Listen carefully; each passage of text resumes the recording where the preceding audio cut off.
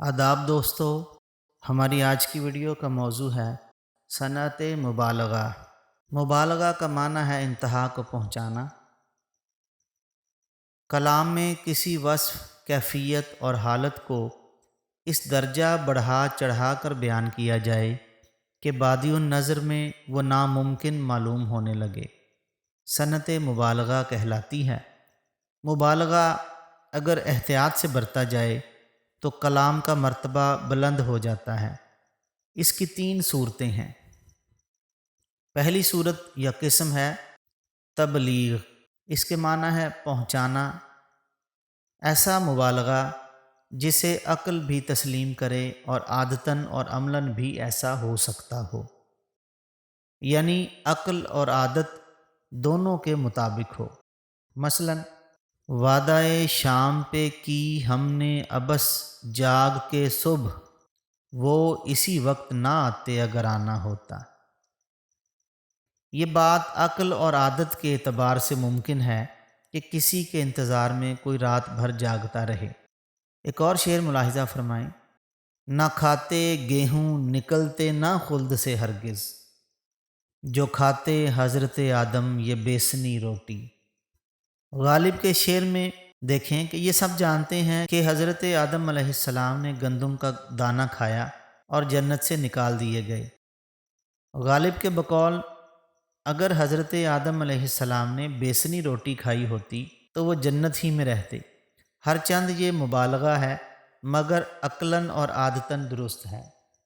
ایک اور شعر ملاحظہ فرمائیں، جو اس زور سے میر روتا رہے گا تو ہمسایہ کاہے کو سوتا رہے گا۔ کسی شخص کا اس شدت سے رونا کہ ہمسایہ کی نیند حرام ہو جائے، ایسا مبالغہ ہے جو عقلاً اور عملاً دونوں اعتبار سے درست ہے۔ مبالغہ کی دوسری قسم ہے یا دوسری صورت ہے اغراق، جس کے معنی ہے ڈبونا۔ ایسا مبالغہ جو عقل کی روح سے تو درست نظر آئے مگر عملاً دیکھنے میں نہ آئے یا عادت کے خلاف ہو۔ مثلاً واہ حسرتا کہ یار نے کھینچا ستم سے ہاتھ، ہم کو حریص لذت آزار دیکھ کر۔ اب غالب کے شعر میں دیکھیں آپ، عقل کی روح سے کسی شخص میں یہ خصلت ہونا ممکن ہے کہ وہ دوسرے کو ستم یعنی ظلم سے لذت حاصل کرتے دیکھے تو ستم کرنا ہی چھوڑ دے، لیکن اس طرح ترک ستم کرنا عادت کے خلاف ہے۔ دیکھا یہی گیا ہے کہ جس پر کوئی ظلم کرتا ہے اسے طرح طرح سے ستائے ہی چلا جاتا ہے۔ چونکہ غالب نے شعر میں مبالغہ کو بڑی خوبی سے برتا ہے، لہٰذا اس سے شعر کا حسن بڑھ گیا ہے۔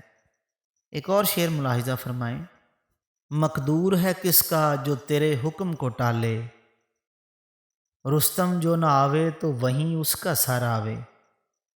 اب اس میں دیکھیں کہ رستم کی بہادری کا لحاظ رکھتے ہوئے اس کا سر کاٹ لانا ایسا کام ہے جو روزمرہ کے کاموں کی طرح نہیں ہو سکتا، اس لیے عادتاً ناممکن ہے، لیکن عقلاً یہ ممکن ہے کہ کوئی اس کا سر کاٹ لائے۔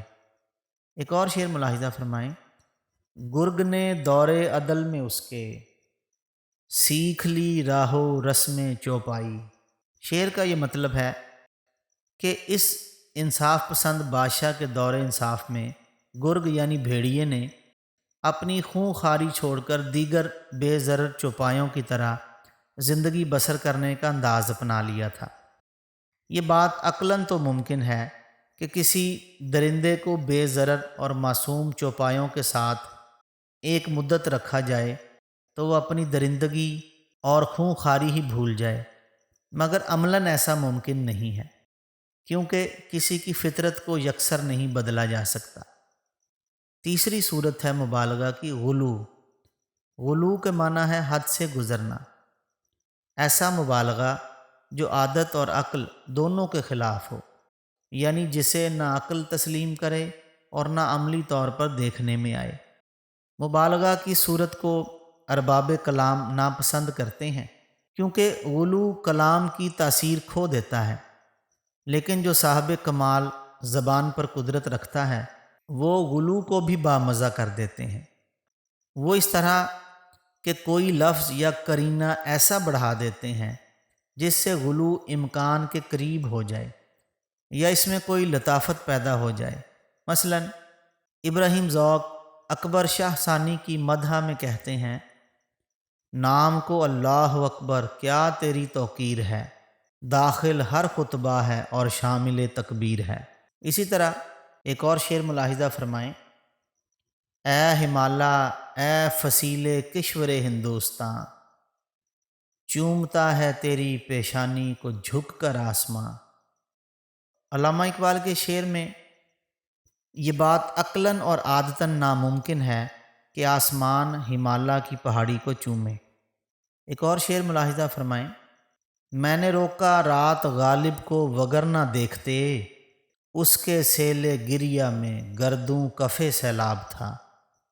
غالب اس شعر میں کہتے ہیں کہ گئی رات میں نے غالب کو رونے سے روک دیا، وہ اس لیے کہ اس کے رونے نے سیلاب کی صورت اختیار کر لی تھی اور یہ سیلاب بڑھتے بڑھتے آسمان تک جا پہنچا تھا، لہٰذا ڈر تھا کہ کہیں آسمان اس سیلاب میں پانی کی جھاگ نہ بن جائے۔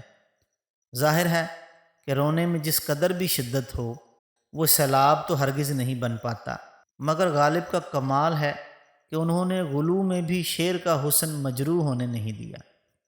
بہت شکریہ دوستو، امید ہے آپ کو یہ ویڈیو پسند آئی ہوگی۔ والسلام۔